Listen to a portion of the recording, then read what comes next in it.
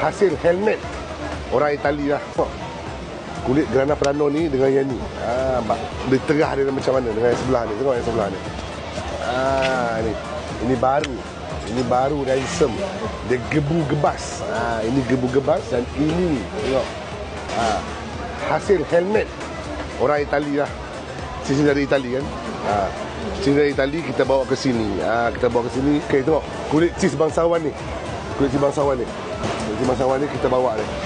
Kita nak bela dia. Adakah kita masak kicap sedap, kita goreng ke? Nampak.